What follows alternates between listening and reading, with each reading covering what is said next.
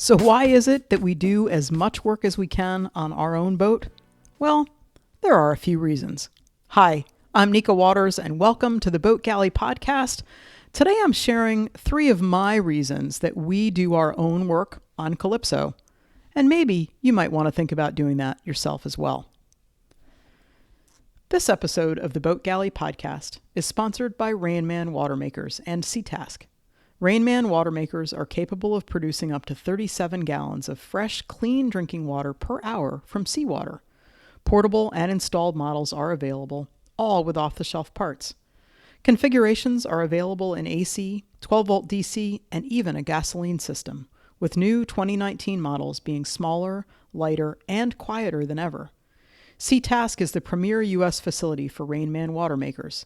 Visit them at www.seataskgroup.com to learn more. That's SEATASKGROUP. Sometimes, when we're working on our boat, it just seems endless.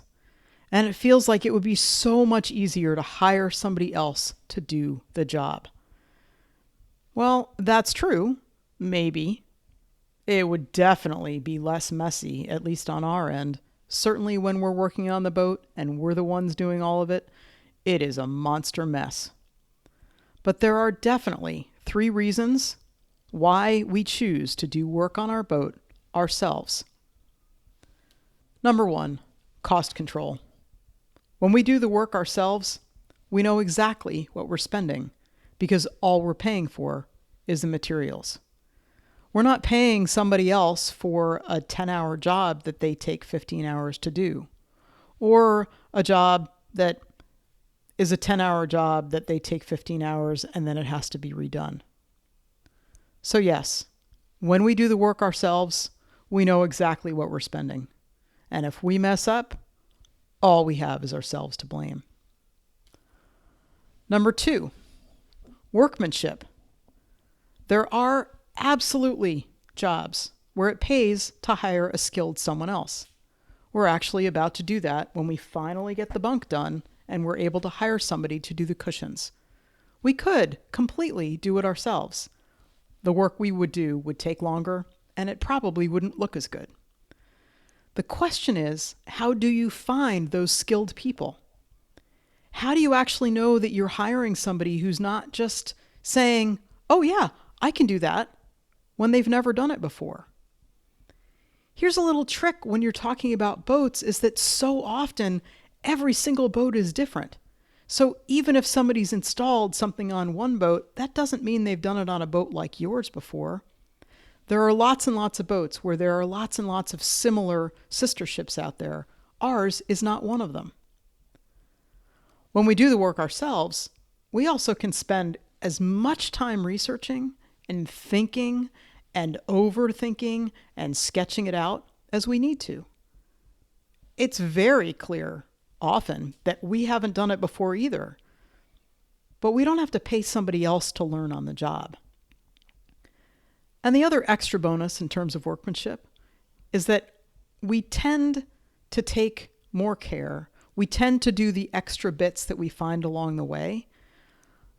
Someone who's just doing a job will probably not have that built into what they had planned in terms of time and scheduling.